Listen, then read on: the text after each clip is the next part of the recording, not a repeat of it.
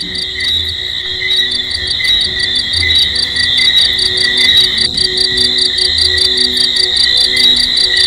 ব্যানার্জিদা আসুন, আসুন আসুন। আরে এখনো পর্যন্ত যে সুরজবাবু আসেনি, কই? চলেন, এই তো এসে গেছি। একটা গল্প লেখা হবে, সেই সম্পর্কে আমরা একটা আলোচনা করব।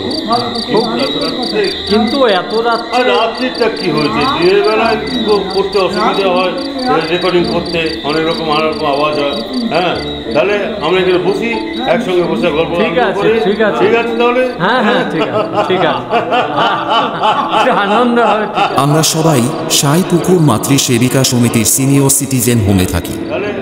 আমরা ও আমাদের স্টাফ আমাদের অবসর বিনোদনের সময় থেকে একটু সময় বাঁচিয়ে আমরা আপনাদের জন্য দাদুদের আসর শুরু করলাম। আশা করি আমাদের আদরের দাদু ভাইরা তোমরা আমাদের সাবস্ক্রাইব করে আমাদের পাশে থাকবে। আনন্দ হবে। বাংলা সাহিত্যের কিছু ছোট গল্প দিয়ে আমাদের যাত্রা শুরু করলাম। আজ আপনাদের শোনাব শিবরাম চক্রবর্তী রচনা সমগ্র থেকে নেওয়া চটির সঙ্গে চাটাচাটি। শিবরাম চক্রবর্তীর জন্ম 1903 সালের 13ই ডিসেম্বর কলকাতার দর্জিপাড়ায় নয়ানচাঁদ দত্ত লেনে তার দাদামশাইয়ের বাড়িতে। তার বাবা শিবপ্রসাদ চক্রবর্তী ছিলেন মালদহের ছাঁচলের রাজপরিবারের সন্তান, যদিও তাদের আদি নিবাস ছিল মুর্শিদাবাদের চোয়ায়। শিবরামের মায়ের নাম ছিল শিবরানী। শিবরাম চক্রবর্তী ছিলেন একজন জনপ্রিয় বাঙালি লেখক, হাস্যসাধক এবং বিপ্লবী, যিনি তাঁর হাস্যসাধক গল্পের জন্য সর্বাধিক পরিচিত। তাহলে শুরু করি আজকের গল্প, চটির সঙ্গে চাটাচাটি।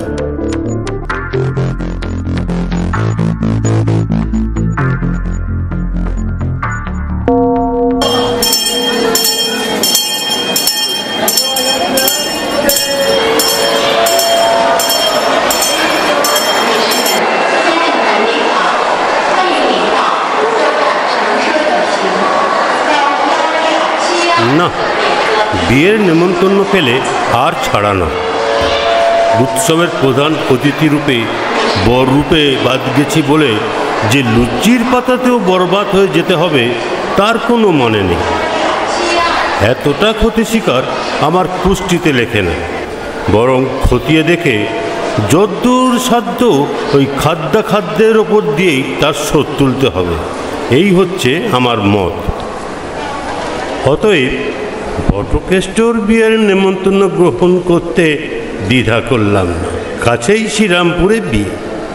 ঘড়ি ধরে শেষ লোকাল ধরতে গিয়ে স্টেশনে পৌঁছে দেখা গেল গাড়ি আমার ধরাধরির অপেক্ষা রাখেনি। আমিও পৌঁছেছি আর উনিও ছেড়েছেন। কামরাগুলি একে একে নাগালের বাইরে চলে যাচ্ছে। কামরা তো নয়, কামড়াবার জিনিস। অতগুলি পায়েস, পিষ্টক, সন্দেশ, মিষ্টি গালের বাইরে দিয়ে গলে যাচ্ছে। এ দৃশ্য দাঁড়িয়ে দেখা যায় না।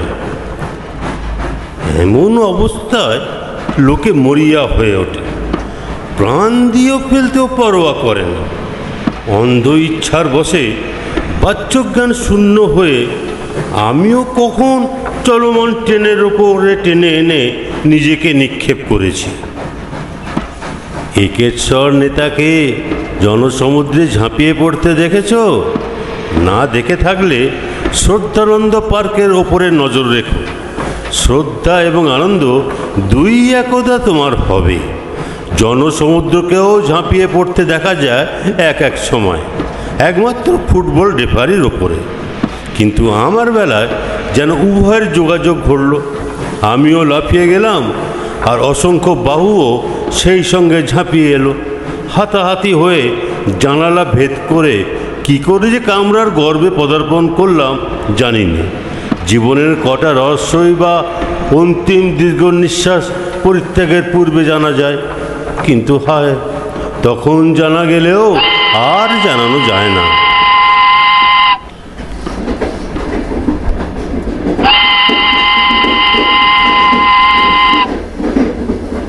কামরার মধ্যে পা দিয়েই আমার পায়ের দিকে নজর পড়ল, আর অমনিও আমি চিৎকার করে উঠলাম, হ্যাঁ! আমার জুতো গেল কোথায়? আর এক পাটি আমার। বলতে না বলতে অসংখ্য পাটি বেরিয়ে এসেছে, পদতল থেকে নয়, আর সবার মুখগহ্বর হতে। ও, আপনার আরেক পায়ে জুতো ছিল বুঝি? কিন্তু কই দেখছি না তো। জুতো ছিল তার মানে? আমি কি এক পায়ে জুতো পরে স্টেশনে এসেছি নাকি? তা আপনি জানেন, আপনি তা ভালো বলতে পারবেন। খাবেন তো মুখে, তার পায়ের সঙ্গে কি? কিন্তু তাহা বলছি নে, আপনার এক পাই আপাতত দেখা যাচ্ছে কি না তাই বলছিলাম। তাই কি বলছিলেন শুনি? হ্যাঁ, আমার আর এক পাটি জুতো ছিল না নাকি? না না, তা নয়, তা নয়।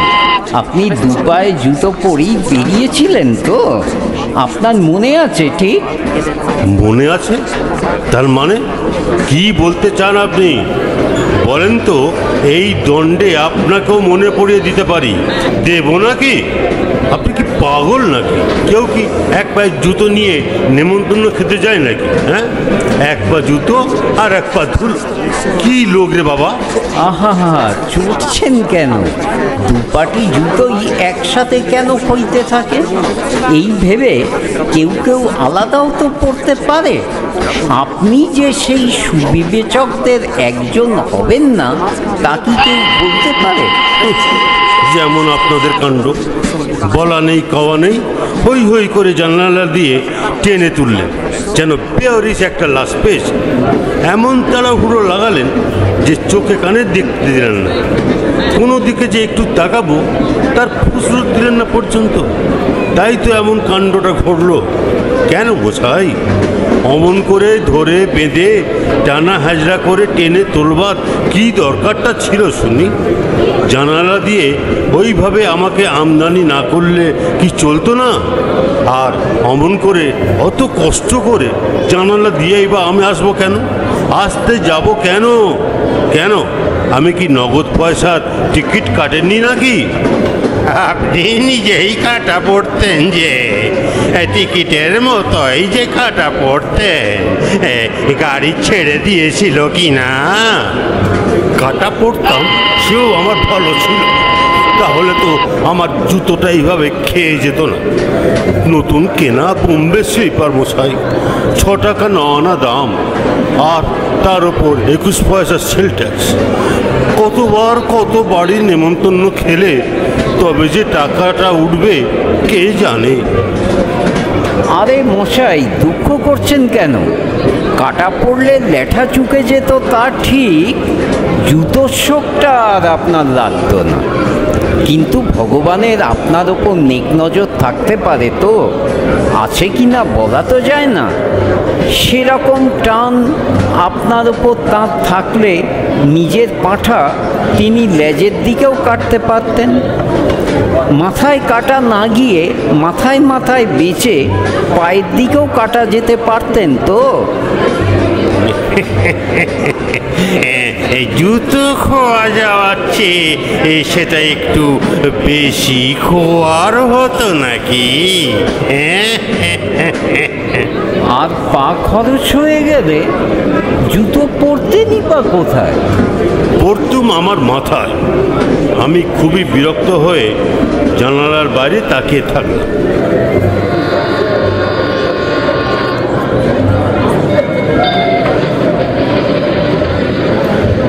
গাড়ি কখন লাইনের গোজামিল এড়িয়ে সিগন্যাল সমারোহ পার হয়ে লিলুয়ার পথে এসে পড়েছে। এখান থেকে সেই পলাতক স্লিপারের পাত্তা পাওয়ার চেষ্টা দুরাশা মাত্র। তাহলে এই আর এক পাটি বজায় রেখে কি হবে? কোন কাজে লাগবে? পায়েও লাগবে না, মাঝখান থেকে মনে লাগবে কেবল। জুতোর কাঁটার মতো খচখচ করবে মনের মধ্যে। কে সইবে এত খচখচানি? না, কাজ নেই। অন্যটিকে জানালা গলিয়ে আগের ঠিক অনুসরণে পাঠাতে যাচ্ছে। গাড়ির সবাই তখন হা হা করে উঠলেন। আরে অমন করে কি কাউকে তাড়িয়ে দিতে আছে? যাকে রাখো সেই রাখে, এই কথাটাও কি আপনি জানেন না? জানি তো, কিন্তু যে আমাকে পায়ে রাখবে না তাকে রেখে লাভ কি? এ বরং সামনে থেকে হারানো আর একজনের কথা মনে করিয়ে দেবে। বারংবার আমার পুরনো শোক উতলিয়ে তুলব, সেই কি ভালো? ফেলতে চান ফেলুন, আপনার জিনিস আপনি ফেলবেন, আমরা না বলবার কে? আমরা কেন বাধা দিতে যাব বলুন? তবে আরেকবার আরেক পাটি জুতো ঠিক এইভাবেই গেছিল, আর তার মালিককে একদিন চোখের জল ফেলতে হয়েছিল তার জন্যে, সেই কথাই বলছিলাম। এই কথা শুনে কাহিনী না শুনেই ভড়কে গেলাম। হাতের জুতো হাতে থেকে গেল, আমার ফেলা হলো না। শুনি থামলেন কেন? গল্পটা বলবেন তো, বলুন বলুন। এও ঠিক এই রকম ব্যাপার, হাতের লক্ষ্মী পায়ে ঠেলতে গিয়ে, কিংবা সঠিকভাবে বললে পায়ের লক্ষণ হাতে ঠেলতে গিয়ে শেষটায় আফসোস। এই বলে ভদ্রলোক একটু জিরিয়ে আমাদের কৌতূহল অধিকতর উদ্রেকের সুযোগ দিয়ে আবার শুরু করলেন। শরৎচন্দ্রের নাম শুনেছেন তো? অপরাজেয় কথাশিল্পী শরৎচন্দ্র, তাঁরই গল্প। বলুন, শুরু করুন তাহলে। শুনুন তাহলে।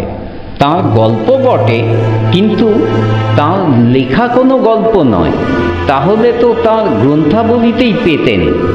এ হচ্ছে তাঁর নিজের জীবনের ঘটিত এক কাহিনী। কুমারের থিয়েটারে শরৎচন্দ্র তাঁর নিজেরই কি একটা বইয়ের অভিনয় দেখতে গেছিলেন। অভিনয় তো দেখলেন, অভিনয় দেখা আর এমন কি কষ্টকর? তবে কষ্টের ব্যাপার ঘটল তার পরে। নিজের পামসুর এক পাটি অভিনয় শেষে আর দেখতে পেলেন না। পায়ের পামসুর এক পাটি আবার যাবে কোথায়? পদচ্যুত হয়ে কাছাকাছি তো পড়ে থাকবার কথা, কিন্তু তার ত্রিসীমানাতেও সে নেই। কুশন চেয়ারে এধারে ওধারে পা দিয়ে যতটা হাতানো যায় হাতড়ানো চলে, তার তিনি ত্রুটি করলেন না, কিন্তু কিছুতেই বাগানো গেল না। কাজেই বিরক্ত হয়ে শরৎচন্দ্র আর যে পাটিটিকে কাছে পেলেন তাকেই হস্তগত করে উঠে পড়লেন। শরৎচন্দ্রের বন্ধুরা থিয়েটারের বাইরে এসে অবাক হয়ে গেল। দেখা গেল শরৎচন্দ্রের খালি পা এবং খালি এক পাটি পামসু, তাও আবার তাঁর যথাস্থানে নেই। পায়ে নয়, হাতেই বিরাজ করছে। অবাক হওয়ার কথাই নয় কি? এ কি দাদা, আপনার জুতো কোথায়? আরেক পাটি দেখছি নে যে। দেখতে পেলে শ্রীচরণে শুই দেখতে, বললেন শরৎচন্দ্র। কষ্ট করে আর শ্রীহস্তে দেখতে হতো না। তবে এটাকে আর কেন হাতে ধরে রেখেছেন? ফেলে দিন, জুতো আপনার হাতে মানায় না, জানালেন একজন। দৃষ্টিকটু এই দৃশ্য বোধহয় তার অসহ্য ঠেকছিল। এই বলে ঘাপটি মারা চোরের আশায় ছাই দিয়ে পাটিহারা পামসুটাকে বগল দাবাই করে বাড়ির দিকে তিনি পা বাড়ালেন। সন্দিগ্ধ নেত্রে চার ধারে তাকালেন শরৎচন্দ্র। তারপর বললেন, উহু, সেটি হচ্ছে না। 22 টাকা দামের সেদিনের কেনা এই দামি পামসু এইখানে ফেলে যাব তুমি ভেবেছ? চোর বেটা এখানেই কোথাও ঘাপটি মেরে আছে, তককে তককে রয়েছে আড়ালে। এক পাটি রেখে আর কি হবে এই ভেবে বৈরাগ্য বসে যেই না আমি এটিকে ফেলে দিয়ে যাব, অমনি উনি এসে মজা করে এটিকেও হাতাবেন, পুরো জোড়াটাই হাত সাফাই করবেন। সেটি হচ্ছে না। আমার পাংশু নিখরচায় উনি পড়ে আরাম করবেন সেটি আমি হতে দিচ্ছি নে। এই আমি বাড়ি নিয়ে যাব। এই বলে ঘাপটি মারা চোরের আশায় ছাই দিয়ে পাটিহারা পাংশুটাকে বগল দাবাই করে বাড়ির দিকে পাও বাড়ালেন। তারপর কি হলো বলো, বলুন বলুন, থামছেন কেন? বলে যান বলে যান। বলছি তো একটু থামুন। গাড়ি শুদ্ধ সবাই আমরা কৌতূহলী হয়ে উঠলাম। চোর হচ্ছে অনেকটা চোর কাঁটার মতো, এমন উঁচা যে কোঁচায় কোথাও যদি একবার লাগে তা ছাড়ানো দায়। সে সময় তিনি কলকাতার পরপারে হাওড়া পেরিয়ে বাজে শিবপুর থাকতেন। তখন ছিল পুরনো হাওড়ার পুল, গঙ্গার ওপর দিয়ে ট্রামের যাতায়াত ছিল না, হেঁটে পুল পেরোতে হতো। হাওড়া পুলের মাঝামাঝি এসে শরৎচন্দ্রের মনে হলো যে জুতোর লোভে লোভে চোরটা তার পাছু পাছু আসছে না তো। শেষটায় একটা জুতোর খোঁজে এলে তার আর সব দামি জুতোগুলোরও না ফাঁক করে চলে যায়। বিনো জল ঘরে টেনে এনে ঘরের জল বার করে দেওয়া কোনো কাজের কথা নয়, এই কথা তিনি ভাবলেন। ডিটেকটিভ বইটই শরৎচন্দ্রের পড়া ছিল নিশ্চয়ই। চোর যে অদৃশ্যভাবে তাকে ফলো করে আসছে সে বিষয়ে তার অনুমাত্র সন্দেহ ছিল না। আরও ফলো করে তার বাড়ি টাড়ি জেনে নিয়ে শেষ পর্যন্ত বেটার বরাতে আরও বেশি ফলদয় হোক এটা তিনি বাঞ্ছা করলেন না। বাজে শিবপুরে কাজের লোকের আমদানি কেন রে বাপু? তিনি করলেন কি, হাওড়া ব্রিজ পেরুনোর কালে মাঝগঙ্গায় খুব ঘটা করে চোরকে দেখানোর খাতিরেই, বুঝতেই পারছেন, সেই অবশিষ্ট অসহায় একমাত্র পাংশুটিকে একেবারে জলাঞ্জলি দিলেন। দিয়ে চোরকে কলা দেখিয়ে তবেই নিশ্চিন্ত হয়ে বাড়ি ফিরতে পারলেন তিনি।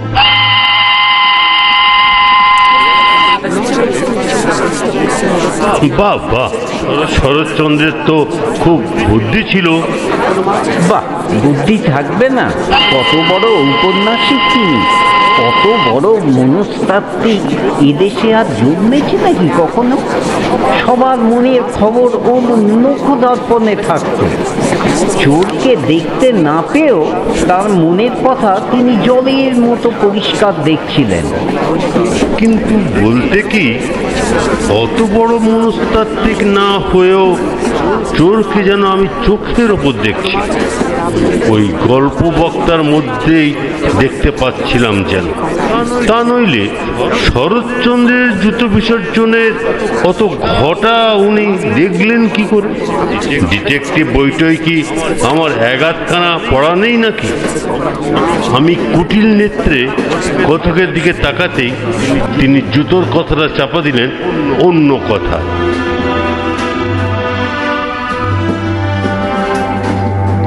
পরের দিন শিশির কুমারের আগমন হলো শরৎচন্দ্রের বাড়ি। তার হাতে একটি প্যাকেট এবং মুখে প্রশ্ন। বলতে পারেন শরৎদা, কি আছে এর ভেতরে?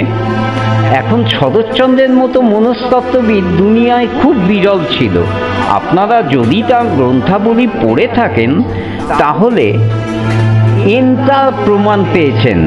তার বইয়ের নায়ক নায়িকাদের মনের কথা তিনি গণউৎকারের মতো বলে দিতেন। কিন্তু দুঃখের বিষয়, প্যাকেটের মন বলে কোনো বস্তু নেই। প্যাকেট তো আর প্রাণী নয়, মনুষ্যও নয়। অতএব তার অন্তরের কথা তিনি বাতলাবেন কি করে?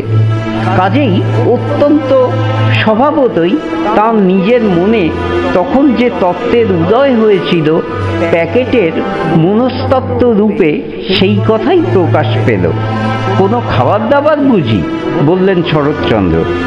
না দাদা, আপনার সেই আরেক পার্টি কোন ফাঁকে আপনার কুশনের তলায় গিয়ে পৌঁছিয়েছিল আজ চেয়ারগুলো তোলা নাড়ার সময় ধরা পড়ে গেছে।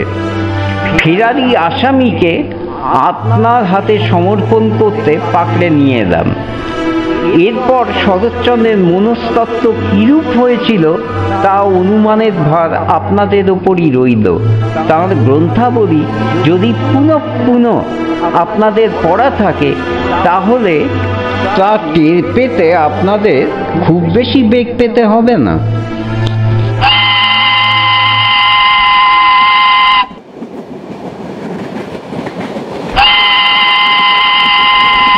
আমি দ্রুত হাতে উঠে পড়লাম। গাড়ির মধ্যে এধারে ওধারে চারধারে খোঁজাখুঁজি লাগিয়ে দিয়েছে। এর ওর বোচকা বুচকি টাং তুরঙ্গ লটভৌ নাড়িয়ে সরিয়ে ভালো করে দেখতে লাগলো। এমনকি ওই ভদ্রলোককে তুলে একবার তাঁর তলদেশও দেখতে দ্বিধা করলাম, কিন্তু না, কোথাও নেই, ওর নিচু তলাতেও না। একধারে গোটা কতক শিশি বোতল ঢেরি করা ছিল, সেগুলোকে নেড়ে চেড়ে পুঙ্খানুপুঙ্খ রূপে দেখলাম। শরৎচন্দ্র শিশির সৌজন্যে তার হারানো মানিক ফিরে পেয়েছিলেন। আমিও যদি এবার এই সব শিশির দৌলতে ফিরে পাই।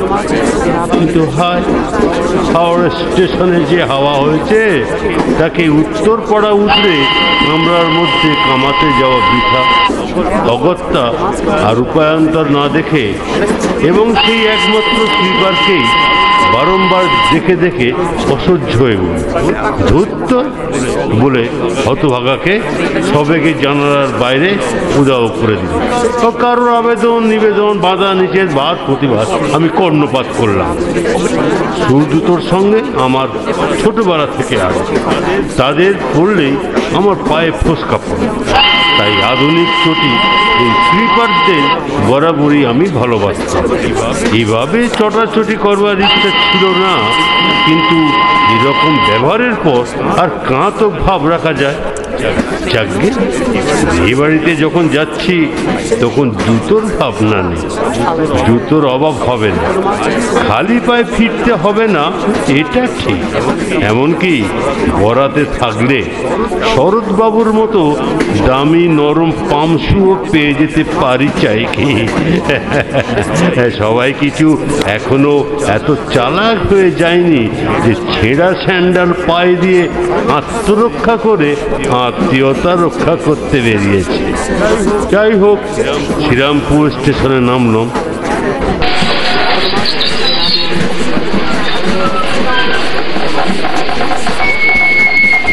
ওমা, এ কি? গাড়ির পাদানির ওপর গাদা হয়ে বসে কে? শ্রীমান সেই স্লিপার নয়? চিনতে আর দেরি হলো না, তারই অপর পার্টি। দাদুদের আসরে আজ শুনছিলেন শিবরাম চক্রবর্তী রচনা সমগ্র থেকে নেওয়া চটির সঙ্গে চাটাচাটি। গল্প পাঠে রুদ্রেন্দ্র ব্যানার্জি, মনোজ রক্ষিত। কোরাসে বিনয় চ্যাটার্জি, সুদর্শন মণ্ডল ও অনেকে। দাদু দিদিরা কেমন লাগল কমেন্ট করে জানাবে। আগামী সপ্তাহে আমরা আবার নিয়ে আসব দাদুদের আসরে এক নতুন ধরনের গল্প। শুনতে থাকুন দাদুদের আসর।